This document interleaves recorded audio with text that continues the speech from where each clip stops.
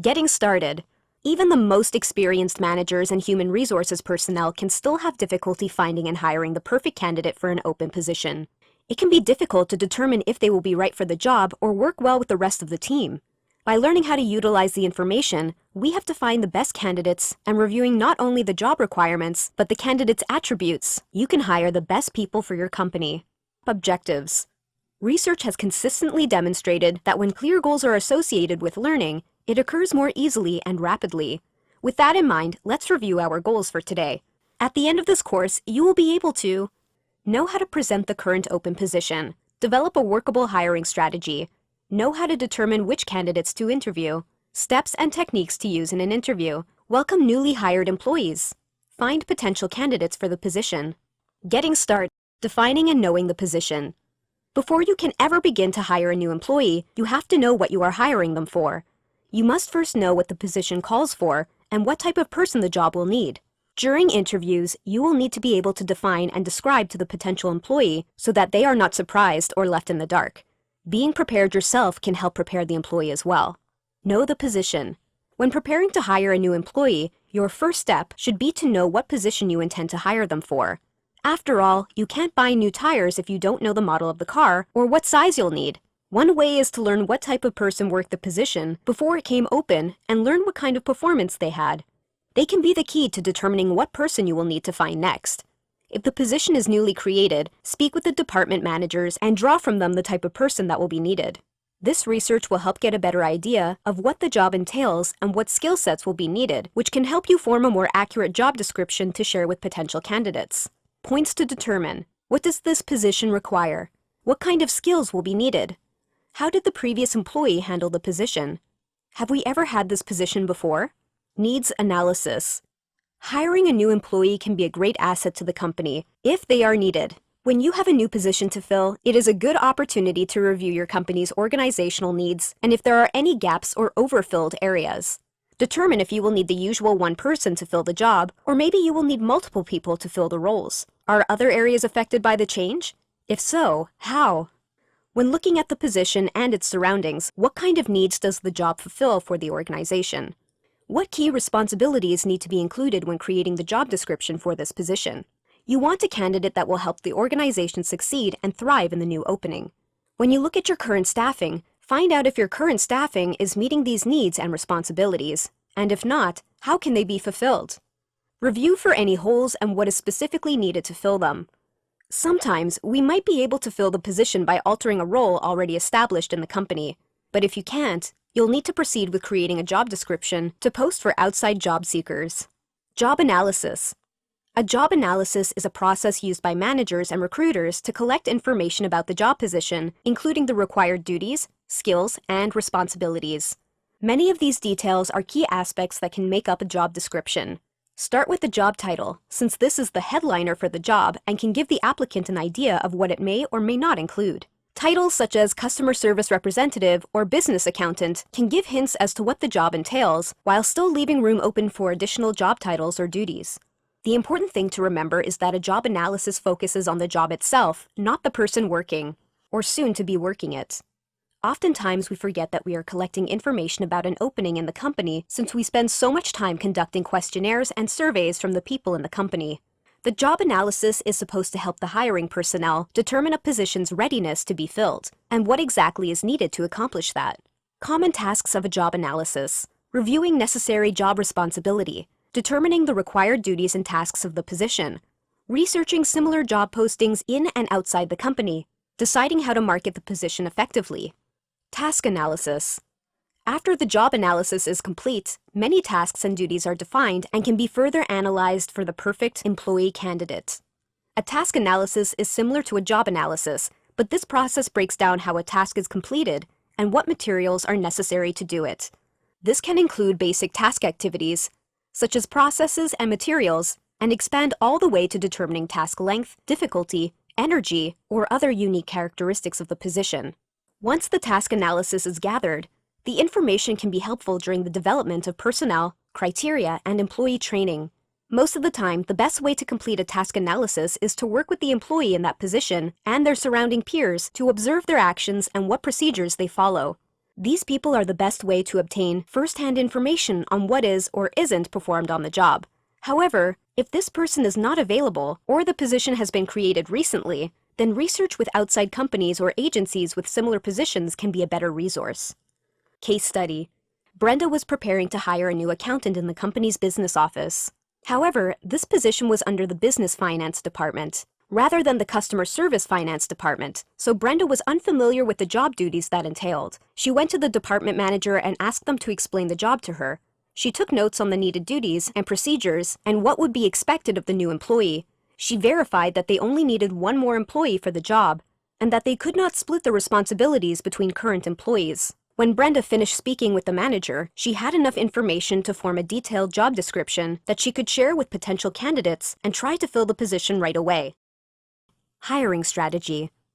Developing a hiring strategy may seem a little extreme, but it is actually a helpful tool when preparing to hire a new employee. When an opening becomes available that you will need to fill, there are often several steps to take and follow in order to obtain the best workers. Many companies develop a standard hiring strategy for their open positions, but it is always a good idea to adapt your strategy to your company and its business needs. Company information. You cannot hire an employee to join your team if you don't know anything about your own company. You know that having an adequate staff can make the difference in how your company performs and how it can affect its growth. So when you are preparing to search for ways to fill an open position, take a minute to analyze how your company has changed and is changing. Based on the company's history, predict any changes or growth surges ahead of time, which can help you determine what kind of staffing needs you will have. Will you need more than one person for now? Maybe you only need someone short-term? Knowing this information before beginning the candidate search can reduce the amount of stress and headaches you'll have later. Analyze. Will the company grow more in the future? Will I need to downsize this position or department in the future?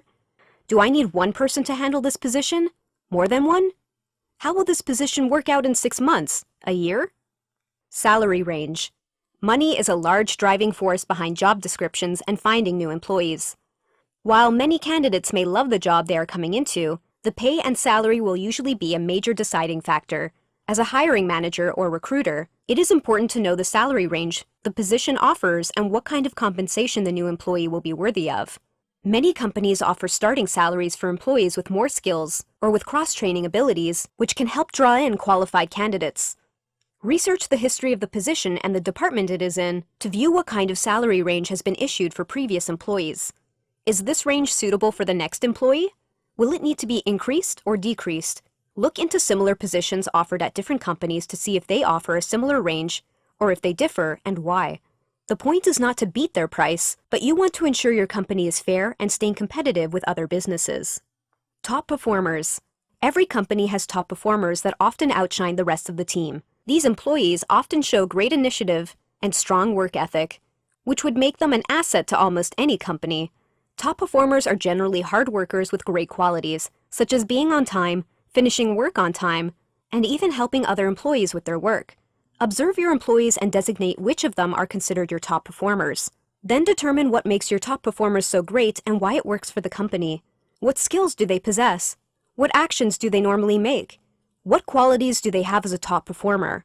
When hiring for an open position, try to pull in candidates that can mimic and adopt these characteristics once they join the organization. Base your strategy on the goal of hiring new employees that can come into work and learn to adopt some of these better qualities and become one of your top performers. Be prepared. Productivity can be affected when a position is open, leaving more work for other employees to take on, along with their regular duties. While we can't always predict when a spot will open, we can prepare ourselves for when it does happen. If you try to fill the spot in a hurry, you may not find the best person for the job and will more than likely have to repeat the process if the employee doesn't work out. While every company should develop a standard hiring strategy, an emergency hiring strategy is always recommended as well. An emergency hiring plan consists of steps and processes to follow when a position needs to be filled in a hurry, but can still assure that the right person is hired. Partner with other managers and gather information about their positions and what kind of person they would need to fill them. Work together to build a process that can help streamline the hiring process and find qualified candidates, even in a pinch. Tips for developing emergency hiring strategy. Know the aspects of the job before looking for candidates. Team with managers to examine potential new hires. Build strategies for using current employees temporarily, cross-training, job sharing, etc. Consider partnering with staffing or recruitment agencies. Case study. Adam was having a hard time hiring a new employee to work at the front desk of his law firm. The few people he recently hired did not work out, and it left him refilling the spot over and over again. He decided it was better to build a better hiring strategy and hopefully find a better candidate the first time. First, he reviewed all of the aspects of the position and what role it played in the company. Adam reviewed the salary he previously offered and compared it to similar jobs in the company. He found out it was not as high as some of the other departments, which had longer and happier employees, and made a note to adjust it before his next batch of interviews. Finally, Adam made a list of emergency resources he could use if the position suddenly came open again, such as borrowing employees from other areas or looking into a staffing agency for temporary workers. Lure in great candidates. One of the first steps to finding great employees is determining what type of person will fit into the new position and the company. But finding the right way to lure in candidates can be difficult if not done properly. The key is to reach out locally as well as outside the region to reach a range of people and a range of talent. Advertise where candidates visit. When planning to advertise, it's important to put your company name where you want to get candidates' attention. Industry-specific sites are an ideal place to post job openings or opportunities to hand in resumes. These sites can appeal to candidates currently looking for work or those simply interested in the particular type of industry and line of work. Online job websites are a large source for job seekers, which make them a great place to advertise and seek new candidates. In print, trade magazines appeal to a large group of magazine buyers and often cater to a focus group of job seekers. Although newspapers are decreasing in popularity and readers, advertising with posters or newsletter articles are a great place to start looking for new recruits, especially since college students and graduates will be looking for work. Increasing exposure to the growing public will increase chances of finding more candidates and increasing company exposure. Develop corporate citizenship.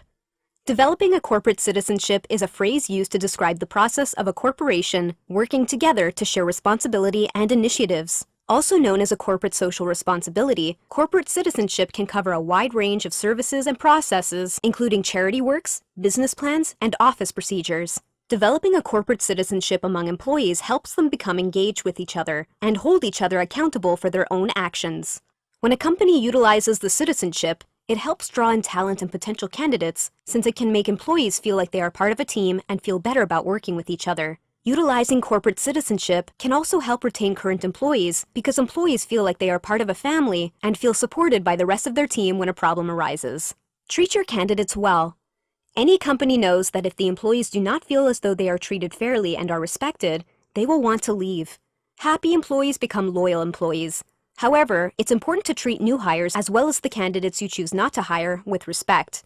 Any candidate who comes in contact with the company, whether by interview, resume, or simple phone call, that is not treated respectfully, could not only lose interest in your company, but can share their mistreatment and cause other candidates to lose interest as well. Be honest with everyone you choose not to hire and offer advice and feedback before letting him go. Keep job seekers up to date and notified of interview processes and potential open positions. You don't have to kiss the feet of the candidates you meet just to make them happy, but it is always good practice to be nice and treat them with respect. They will return the favor. Look at the competition. Competition is not always clean, and sometimes you can find the perfect candidates by playing a little dirty. While your company should not go nosing around to rival companies, sometimes they have talented candidates that may not be happy and are looking for a change. Don't try to upsell your company or exaggerate what it has to offer, but be truthful about what you can give them and what kind of position you have open. Sometimes the employee just needs to know what's out there, and with a little nudge, they can make the decision to join your company. Always use a level of caution and finesse when trying to recruit from other companies because you don't want your company to get a bad reputation as an employee stealer, nor do you want to open the door for other companies to poach your employees. Case study. Andrew was trying to determine ways of luring in new candidates for a number of open positions the company had. He wasn't sure of the correct route to take that would have the most success. He first decided to post job openings on some of the company's favorite job-specific websites and advertised about a great work environment and salary ranges. The sites usually had a good flow of visitors, so Andrew was optimistic that they would turn up good results. He knew that the company's corporate citizenship and respectable treatment of the employees made his department happy, and he wanted to bring in some new recruits to join them. As a last resort, Andrew considered going to their rival company and seeing how their employees were faring. He made a note of a person he knew in the business office that had connections with the other company and decided to speak with her later about bringing people in for a visit. Filtering applicants to interview. Now that you've sent job descriptions and help wanted ads, you have a wave of responses but don't know what to do next. Now that you have candidates to choose from, it is important to begin determining which ones you want to interview and which ones you don't. This filtering process allows you to see which candidates deserve a personal interview based on their skills or attributes, while moving the ones that do not. Put lots of weight on cover letters. Although the cover letter is often forgotten, it is an important introduction for any person looking to apply for a job. As a hiring manager, you know it can be annoying to receive countless resumes sent to an email inbox or through the mail without a cover or adequate contact information. More companies are putting more stress on a good cover letter, so feel free to jump on the bandwagon. A cover letter is a chance for potential employees to freely write a summary about themselves, including a brief summary of skills and previous jobs. It allows them to use their own voice and show their personality outside of the bullet lists on the resume. Sometimes it shows if the candidate has rushed through the letter or if they have possibly forgotten to include information, which can give some doubt, but should still be looked into. If a candidate neglects the cover letter, it should send up a red flag right away. Was the person in a hurry? Were they too lazy to write one? Do they know how to write one? Remember, no cover letter equals no interview. Grading resumes. Many employees do not realize the importance of a well-thought-out and tailored resume, but a resume is one of the first impressions you will get from them. When reviewing or grading resumes, check for easy readability and flow of the document. On a closer look, check for typos and grammatical errors, since these are very unprofessional and do not reflect well on the candidate. Does the candidate's resume match the position they are applying for? If you are hiring for a sales clerk, are they giving you their qualifications from their accounting position? The candidate usually lists an array of jobs and skill sets they possess, but don't let it overwhelm you or fool you into thinking they are the perfect fit. Remember what the position calls for, tasks, duties, responsibilities, and review the resume for these key needs. If they display these characteristics in plain sight, it is a good indication to extend an interview. Internet search. Sadly, the internet is forever and it cannot hide our true selves sometimes. Many job seekers forget about this when they go out into the working world and go looking for employment. Google will allow you to search a person's name for information and photos, although other sites such as Bing.com or Yahoo.com can produce some of the same results. But be warned that while it is a good source of information, it can give you the good, the bad, and even the ugly. While some candidates can have distasteful photos from parties and events, which can make a hiring manager think twice about their ability to focus or come to work the next day, others may simply lack any kind of internet presence, such as a lack of social media, blogs, or club sites. On the other hand, a search result may show you evidence of past awards, professional Twitter accounts, or photos from a volunteer project. Since you never know what a search will produce, don't let it be your deciding factor when it comes to hiring the person. Use it as a tool to gauge what kind of personality they have and what kind of presence they have online. If you want to pursue the candidate, invite them for an interview and keep your findings on the back burner. Initial phone interview. Phone interviews are a great way to gain a first live impression of a candidate. Not only do they save time by reducing the number of people coming and going to the office, but they can allow you to feel more prepared when asking questions. Prepare a set of questions you want to ask and take notes on their responses. This information can come in handy when discussing the candidates with other hiring personnel and want to have someone else review their qualifications. These types of interviews are a great way to introduce the candidate to the position and allow them to have a lot of information up front. If the candidate decides the job is not for them, they can let you know right away so they do not waste a trip into the office. If the initial phone interview goes well, bring them in for a face-to-face interview to look into their qualifications further. When conducting the interview, listen for signs of poor communication, such as incorrect grammar, frequent uhs or ums, or a lack of listening and replying. If the person cannot hold a professional conversation over the phone, it can send up a red flag about how they will communicate within the office. Candidates who have bad phone manners can indicate a lack of manners in person as well. If you decide this person is not right for the job after speaking with them, this is the best time to let them know so that you can continue with your search without wasting their time or yours. Case study. Kay was busy trying to hire a nurse to work the night shift at a nursing home. In her job description, she asked for a cover letter, a resume, and school credentials. The candidates that did not include a cover letter or school information were automatically discarded, since she felt like these candidates could not follow directions. She further reviewed resumes for errors such as typos or grammar use, and checked the internet for any additional information or photos. Kay was able to narrow it down to 3 candidates and decided to conduct a phone interview before bringing them into the office. The first candidate decided the job was not for her when she reviewed the salary range, so Kay crossed her off the list. The second applicant noisily chewed gum while talking and seemed distracted by a television in the background, so Kay crossed her off as well. The last candidate spoke well with Kay and had a lot of information to offer, so Kay invited her in for a face-to-face interview. She was happy with her decision and was glad she was able to save some time as well. The interview, part 1. So you've sent out job descriptions, reviewed tons of resumes, and even completed a few phone interviews. Now it's time for a face-to-face interview. Interviews are the classic way for hiring managers to meet with candidates and get to know their skills and qualifications. They allow for an employer and applicant to meet in person and discuss the position in depth. Introduce everyone. When starting an interview, it is important to ensure everyone knows each other. If the interview is done one-on-one, the interviewer and candidate exchange names and usually shake hands. Some interviews are done in groups or with a panel of interviewers, so candidates should be introduced to each person involved and make sure their information is available to them. Introductions will make everyone feel more comfortable, so nerves can be put at ease. It's best to open with a bit of small talk and natural talk, which can make the candidate feel more casual while staying professional. Start by telling the candidate a little bit about yourself, although nothing too personal, and wait for a reply from the candidate. Then lead into the interview by discussing your position, the position you are hiring for, and what you are overall looking for. Use a panel. Many interviewers decide to use a panel when interviewing for open positions. Interview panels generally consist of a lead interviewer with 2 to 3 secondary interviewers. A panel with any more people than that can become too confusing and can make your candidate feel overwhelmed or intimidated. These panels allow you to have a chance to write down any notes after asking the candidate a question. While you are writing, another panelist can ask another question and keep the interview going. This not only allows for you to not be the only person asking constant questions, but gives a different perspective with questions you may not have thought of yourself. At the end of the interview, ask each panelist to rate the applicant and compare notes about their responses. Are the responses similar around the board? Do they differ? A panel interview not only saves time for the interviewer, but it gives a chance for more employees to meet the potential employee at once, which can have a bigger impact on choosing a candidate. Match the interview to the job. Many typical interviews take place in a small office where the interviewer takes the applicant aside, asks several questions, and then the applicant leaves without knowing much more about the job. A basic tactic for an interview is to match it to the job that the applicant is coming in for. If possible, bring the environment to the interview, such as taking a tour through the facility while talking or holding the interview in the actual office or work area of the position. When the applicant arrives, monitor how they have dressed and if it matches the position. Many applicants know to dress nice for the interview, but do they appear over or underdressed?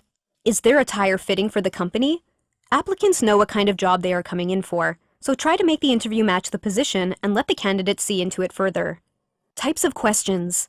There are a variety of types of questions to ask during an interview. The type of question depends on what type of information you want to gain from the applicant. There are questions meant to address personal attributes, questions about abilities, and even questions about behavioral qualities. Open-ended questions offer in-depth answers, while hypothetical questions can help show the applicant's critical thinking skills. Stress interview questions are questions that are designed to determine how a person reacts under stress or increased pressure and usually involve rapid-fire questions with an expectation of a quick response. While they offer different sources of information, remember that they can be facts or opinions and should not be taken personally or at face value.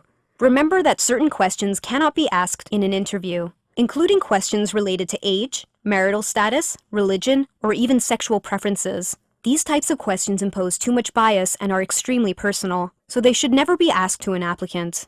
The STAR method. The STAR method is a way to ask and answer questions based on the candidate's resume. It normally asks for concise details about their previous work experience and outlines exactly what they did in their previous jobs and duties. STAR method example. Situation. What is a situation you faced in your previous job? Task.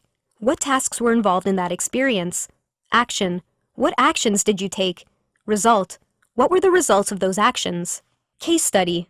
Gerald and Henry were preparing for their first interview for an open position in their banking department. They liked to interview together as a small panel so that they could have different views on the candidate and compare observations later. When the applicant arrived, they noted she was nicely dressed and looked as though she were already dressed for the position. They introduced each other and led her to the banking department and briefly showed her around before settling at a desk in the corner. Gerald and Henry took turns asking questions and took notes about her answers. They asked several types of questions and really got her to open up about her past work experiences and skills. By the end of the interview, they were very pleased with their choice and told her they would call her in a few days for a follow-up visit. The interview, Part 2. Preparing for an upcoming interview can seem like a daunting task that takes a lot of preparation. An effective interview can help find a qualified candidate quickly while weeding out the applicants that are not.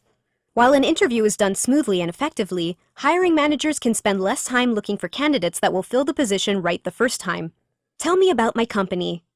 When an applicant comes in for an interview, the interviewer has a bit of background about them and already has a head start on the conversation, so the applicant should return the favor and know a good amount of information about the company they are coming to interview for. Some common questions to ask include asking them what they already know about the position and what does the company do or make.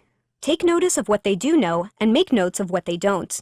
Is it simple information that can be found anywhere, or was there some research to find this information? If they don't know much about the position or the company, or say they don't know anything at all, note this as a red flag. Did they not do their research before coming in? Were they too lazy to go the extra mile? For whatever reason, the candidate should always come prepared to an interview, and not doing so does not show good work ethic. Distractions. When you are conducting an interview, you want your full attention on the candidate and the questions at hand. So before the candidate arrives, check over the interview area and look for anything that could distract you or the applicant. If it will be in your office, ensure that the office phone is off and important papers are not lying around in the open. If the interview will be in an open area, such as the actual department or in a conference area, check over the area and look for any distractions and make sure the flow of outside workers is kept to a minimum. Most importantly, ensure that all cell phones are turned off. It is almost always guaranteed that cell phones will be present. They are one of the biggest distractions that can occur during an interview. Double-check your cell phones before entering the interview. If you hear the applicant's phone go off, consider it a deal breaker since it is a sign they do not have enough respect to turn it off before coming in. Interview more than once. It's common knowledge that 2 looks at something are better than 1. In this case, holding a second interview is better than having just 1. When reviewing candidates to bring in for an interview, think of which questions you would ask in the first interview and which ones you would save for a second interview. The first interview is great for getting a first impression of the applicant and gaining some introductory information. But a second interview is a chance to expand on the information obtained from the first interview and bring the applicant further into the position. The second interview is typically the place to discuss topics such as salary and job duties, because the applicant is being highly considered for the position. Topics typically covered in a second interview: proper dress code, pay or salary range, specific job assignments. Wrap up. As the interview comes to an end, ensure that things are professionally wrapped up before parting ways. Before the applicant leaves, ask them if they have any questions for you and if there was anything that was not covered in the interview. Be truthful with them about what they can expect next, such as a follow-up letter or a phone call. Do not give a specific time of when you will contact them, just in case something comes up, and do not set their expectations too high.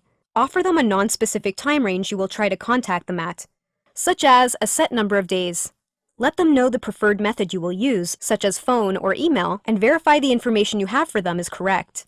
Give them a business card with your contact information and shake their hand before letting them go. Case study. Sandy was following up with a candidate she interviewed over the phone for a sales clerk opening. Josh seemed like a good candidate and Sandy wanted to hold another interview with him. Before he arrived, Sandy decided to clear her office of any distractions and paperwork, as well as turning off her cell phone. When Josh arrived, Sandy asked him several questions about his resume and some of the past companies he worked for. She wanted to know if he had done his research before coming in, so she asked him what he knew about her company. He surprisingly had a wide range of knowledge about her company, including when it was founded, what they do, and how they are planning to expand in the future. Before wrapping up, Sandy asked Josh if he had any questions for her or if she had missed anything. By the time Josh left, Sandy felt good about her selection and made notes to move him further through the hiring process. Selection Process Part 1. After you've conducted dozens of interviews, either in phone or in person, it is now time to select a candidate to hire for the position. Of course, this is another process in itself, which can involve employee testing, profile setup, and even background checks. Know the candidate you want to select before taking them to the next lengthy step of the hiring process. Testing. When an employee is about to be hired, many companies require some form of testing to be done, including written, skills, or even drug tests. Certain tests analyze a person's behaviors and traits that you may not be able to gather from an interview alone. These tests often involve hypothetical situations and ask for a solution in the employee's own words. Standard typing and numeric key tests are common in any job that utilizes computers. But know that these tests are not always 100% accurate when analyzing speed alone. Look for number of errors and progress speed before accepting a test result. Drug tests used to be only required for manager positions, but now over 90% of jobs require them for even their entry-level positions. The drug test can test for a variety of substances, including alcohol, narcotics, and illegal drugs. The required test depends on the position you have open, so each department or job title can require a different set of tests. Look for passion and enthusiasm. Traits such as punctuality and honesty are great traits to have in any employee, but traits like these do not make employees unique. Enthusiasm and passion are two qualities that cannot be taught in the workforce but are developed in the employee themselves. When interviewing different candidates, ask yourself if you see these qualities in the person you are talking to. After all, you want an employee who will be happy to come to work every day and will put all of their effort into what they are doing. Do they seem passionate about the job they will be coming into? Do they act enthusiastic about starting with the new company and working as part of a team? Statistics say over 80% of people are unhappy at their jobs and have lost their passion and enthusiasm at work, which decreases productivity and employee morale. Can your company afford to add to this statistic? And can it afford to decrease in production? We didn't think so. Background checks. Background checks were originally voluntary and were not performed in many job positions, but currently they are included in almost all job positions. They are a form of security for the company and help ensure the safety of the company's assets. A background check generally covers driving records, credit reports, and past employment. Although they can go more in depth, depending on the position, it usually returns a list of occurrences, legal actions, or even credit receipts on a person's driver's license or social security number. Depending on your type of business, some events may need to be investigated before continuing the hiring process, such as felonies or misdemeanors.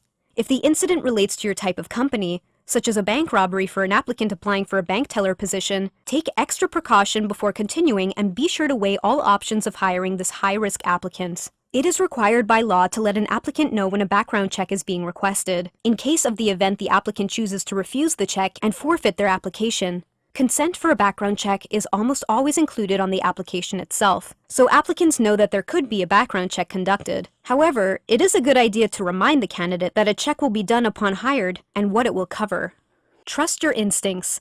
Our instincts are our strongest indicators of red flags and even good omens. Instincts help guide us when we feel as though we're in danger or when we have a hunch about something. Don't ignore these instincts when interviewing a potential new hire. The hiring process can be prolonged and even delayed if the hiring manager second-guesses their instincts by conducting multiple interviews or assessments. Know that you can read over resumes, cover letters, and have an idea about a person, but if your instincts are going off when visiting with them over the phone or in person, take heed of what they are telling you. Do they display uncharacteristic body language, such as crossing their arms or rolling their eyes? Do they seem to be inattentive? Do they seem interested in the position at all? At the end of the interview, trust what your gut tells you about the candidate. The resume may have high remarks about them, but if your instincts tell you otherwise, go with what you know. Case study. Amber finished interviewing a candidate for an opening as a telephone operator. She already conducted a background check, which came back clean and clear, as well as several new employee tests, such as a typing test and a customer service test. She was impressed with his scores and enjoyed speaking with him during the second interview. He seemed very enthused about the position and seemed to love the kind of work that it involved. But Amber was still not sure about hiring him. While he was polite, Amber noticed that he crossed his arms a lot and that his voice was gruff at times. When he was ready to leave, he shook her hand but did not make much eye contact. Despite his initial friendliness and good test scores, Amber's gut told her he would not be a good match for the company based on his characteristics. Because of this, she decided to move on to the next candidate. Selection Process Part 2. The selection process is no easy task and can often take days or weeks to complete thoroughly. Sometimes this can scare potential employees away while others don't mind the wait to join your team. Keep the candidates you don't hire on file for backup and focus your energy on the candidates that did make it through your screening process. Education level versus experience. Resumes are not usually balanced in that the candidate usually has a longer list of past job experiences or a longer list of education and degrees. In some cases, job experience may weigh more than formal education, or vice versa. Depending on the position available, in these cases, evaluate the position and determine what it would need more of for the employee to succeed. Highly educated individuals may have some of the newest information in the industry and formal training about these positions. However, candidates with more work experience have more hands-on training and more first-hand knowledge of the kind of work available. For the position you're hiring, which would be more important? Which would benefit the company more? Don't forget to trust your instincts and go with what your gut tells you. Have a consensus. As the hiring process comes to a close, now is the time to build a consensus and review every aspect of the interviews that have been conducted. Many people are involved in the hiring process, so before a final decision is reached, have a consensus between all of the interviewers. Take time to consult with each interviewer and compare notes, ratings, and opinions. Gather how each person feels about the candidate and how they think they would fit into the company. When a group weighs the pros and cons together, they are more likely to find a better choice for the position than if one person tries to take on the task themselves. Build a consensus. Consult with all interviewers. Compare notes and ratings. Ask for opinions and perspectives. Come to an agreement about who to hire. Keep non-hires on file. Even if you decide not to hire an applicant, keep their information on file with the company for a certain amount of time. An interview can collect several types of personal information, so the company may need to create a folder for each applicant to keep their information together in one place. Although they were not chosen this time, it is a good idea to keep their files on hand for future use. You may want to revisit these candidates if another position becomes open or if you need a temporary worker in another department. They are also a good resource to have if your top choice does not work out and you will need to consult the next person in line. Rank the non-hire by the likeliness to be hired next in case you will need to offer the position to someone else, and know that you will have their information nearby and ready to go. Checking references. The last step of the hiring process is the process of checking the candidate's references that were offered on the application or resume. In a standard position, 3 to 5 references are great, while upper management positions can require up to 10, most of which should consist of previous managers and coworkers, and few personal references. Even though you've gathered first-hand knowledge about the candidate from the interview and started to form your own opinion, references allow you to speak with an outside source that has also worked with or knows the candidate and has a perspective of their own. Review the candidate's references and determine which one or ones to contact and why. While it is usually best to speak with a manager or department head, don't underestimate the value of a reference from a coworker or subordinate employee. These types of references will offer more insight on how the candidate interacts personally as well as professionally with their team members. Create a list of questions to ask the reference ahead of time so that you don't leave out anything. Always remember that even if the reference does not give a glowing review, it does not exclude the candidate from being hired. Take all information into consideration before making any final decisions. Tips for checking references. Gather professional references rather than personal ones. Ask to speak with a manager or HR representative. Determine what you want to know from the reference. Prepare questions before checking with the reference. Case study. Brad was trying to select a candidate to hire for the open position in the marketing department. Since he interviewed the candidate with a panel, he decided to have a group meeting with them and build a consensus about how they feel about the applicant. They reviewed notes taken and compared their different ratings. One of the other panelists checked the references, which came back with good reviews and without a hitch. One panelist admired how the candidate had recently gone back to school for a degree in marketing, so they not only had job experience, but now had the latest knowledge about the industry as well. Once the panel agreed to hire this candidate, they created separate files for the other candidates that were not hired and filed them by what order they would be hired next, just in case something happened with their first choice and they would need to move on to the next candidate. Making an offer.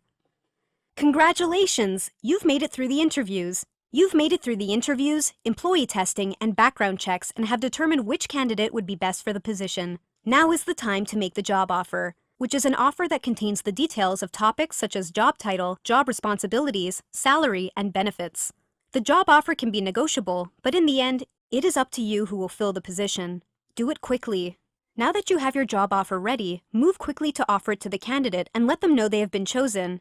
Time is an important factor when making a job offer and bringing a new hire into the onboarding process. If the hiring manager delays too long to notify the candidate, they can often lose their first choice because the candidate may have interviewed somewhere else or decided to take a position in another company while waiting for a response. After the final interview and reference or background checks, contact the candidate right away and share the news. This not only shows the candidate that you are interested in making them part of your team, but will help ensure that they accept your offer first before going elsewhere. If the candidate does not give a firm answer, agree on a deadline of when you will hear an answer from them so that your time is not wasted waiting for a response. This lets the candidate know you are interested, but will move on after a certain amount of time. If the candidate decides to decline the offer, move quickly to offer the position to the next candidate in line based on your previously made rankings. Whomever the position goes to, the job offer process should be done quickly and efficiently to help speed up the final stages of the hiring process. Employment details. Many companies make the mistake of believing that the job offer only covers the salary and benefits of a position, while the previously used job description will cover everything else. Sadly, this is not true and can often cause a lot of confusion with new hires. A job offer should be a complete package and include the details of employment such as job title, duties, and responsibilities, as well as the salary and list of benefits. This package of details should create a vivid picture of what is to be expected of the employee in the new job and what they can expect to receive in return. By leaving out certain aspects, you are misleading the candidate and not giving them the complete package. What to include about employment details. Job title, assignments or daily duties, hours or shifts and lunches and breaks, job expectations, salary information, insurance, benefits, other information pertinent to the job. Notify rejected candidates. One of the hardest parts of the hiring process is notifying the candidates that were rejected for the position. Some companies choose to omit this part, whether it is due to lack of time or simply the desire not to speak with the candidate.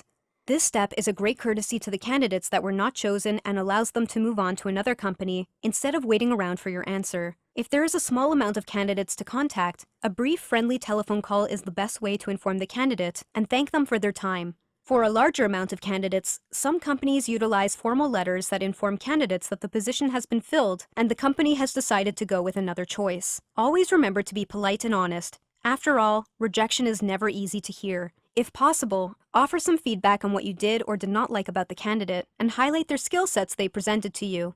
Let them know that the company does keep interview files on record and you will keep them in mind if something else becomes open. Be creative. One of the great things about a job offer is that it can be negotiable and flexible depending on the company and employee needs.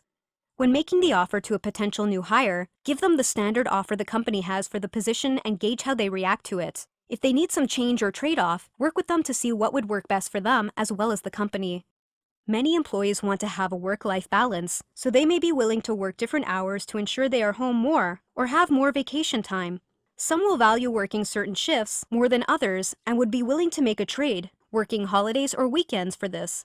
Others may care more about profit sharing or partaking in stock options, which the hiring manager can present by offering salary deductions. Being creative with a job offer allows for the candidate as well as the hiring manager to work out what each of them want while still achieving what is best for the position and the company in the end. Case study. Angela had finally chosen a candidate for the open position in the accounting department. As soon as she reviewed all of the necessary paperwork, she knew she had to act fast to offer the candidate the job and present an offer. She decided to call her into the office and tell her about it there. When Stacy arrived, Angela offered her the open position and told her what the job offer included, such as job hours and salary. Stacy was very happy to have the job, but she preferred not to work early mornings since she has children at home. Angela was flexible with her and arranged a schedule for her to come in a little later in the morning, but had to work some weekends. When the two had shook on it and finalized everything, Angela realized the next step was to contact the other candidates to let them know that they did not make the position and that the company has gone with another choice. Onboarding. Onboarding is a term used in the business world to define the process of welcoming a new employee and helping them become productive in the company. Now that you have made your selection and brought a new employee into the company, it is time for them to begin the onboarding process by being trained, mentored, and learn how doing well in their position can benefit the company as a whole. Training and orientation. The company orientation is a process that is used to welcome and introduce the new employee to the company and what they are all about. It often reviews company policies, procedures, outlines for the role of the employee. Here, the employee can ask questions and learn what tools they will need on the job. Name badge, dress code, employee handbook, as well as making introductions and touring the facility. Training usually involves the exact position the employee was hired for and focuses more on the job itself rather than the entire company. This is normally done with a trainer or a coworker who will help the employee know what they are supposed to do. At some point during training, it is advised that the new employee have a meeting with their new manager as a welcome aboard meeting. The manager and employee can go over any forms needed, define the employee's schedule and shifts, and cover any information missed in the orientation. The more prepared the employee feels in the beginning, the more likely they are to succeed later. Mentoring. It should always be remembered that no candidate is perfect and will always need some time to adjust to a new work setting. In addition, this new employee will need guidance from management and coworkers to help them understand their role in the company and how the team works together. One form of mentoring is assigning a coworker to work with the employee for a certain amount of time, monitoring their progress and teaching them as they work. At the end of the mentoring period, the coworker can work with management to review the employee and see if they are ready to go out on their own. Other options include a mentorship program and several mentors or creating a peer group to help assist each other at all times. Whichever method or methods work best for the employee, never underestimate the benefit of mentoring new employees in the company before letting them loose. 30, 60, 90-day reviews.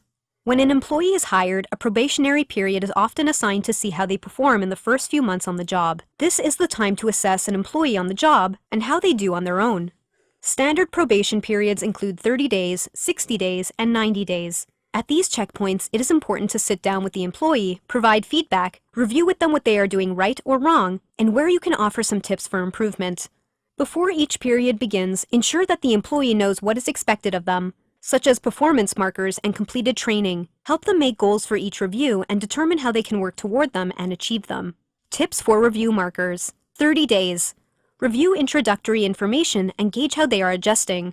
60 days. Touch back on what was reviewed in the last meeting, review current progress, and make goals for the next meeting. 90 days. Review the last 90 days and how the employee is working with the rest of the team. Determine if they have met their goals, why or why not, make goals for the future, and determine if further scheduled reviews will be needed. Make them feel welcome. Being the new hire at work can be just as terrifying as being the new kid at school, but having some sort of welcome wagon can help the transition go smoothly and make the employee feel more at home. Employee retention is the goal and can be hard to do if the employee wants to leave as soon as they arrive. Remind current employees that the new employee is a person too, and to not treat them as just another set of job functions. Take the employee around and ask everyone to introduce themselves and become acquainted with one another. As the new employee begins their job responsibilities, let them know that you are available for any questions or problems that they have and ensure that your door is always open. Remember that hiring new employees can be very expensive when you factor in the cost of interviews, training, and new supplies for them. So it is important to focus on retaining the employee and trying to prevent them from leaving by making them feel more welcome. Tips for welcoming employees. Organize necessary paperwork, such as handbooks and policies. Make introductions between employees. Ease the employee into duties and responsibilities. Be available for questions and assistance. Case study. Samuel welcomed his new employee Melody to the business office department on her first day. He wanted her to feel like part of the team, so one of the first things he did was give her a tour of the facility and showed her around. He sat down with her and reviewed the company policies and procedures and told her about some of the things they do in the office. Samuel thought a great way to get started was to tell her about the 30, 60, and 90-day reviews and what they mean for her. Together, they made goals for her to reach and determine what she needed to learn in the upcoming weeks. When Melody was ready to go out on the floor to work, Samuel assigned one of the other employees to act as a mentor and help Melody out with what she learned. But Samuel reminded her that she should always come to him as well if she had any problems or concerns. He hoped she felt right at home and would enjoy working with his team.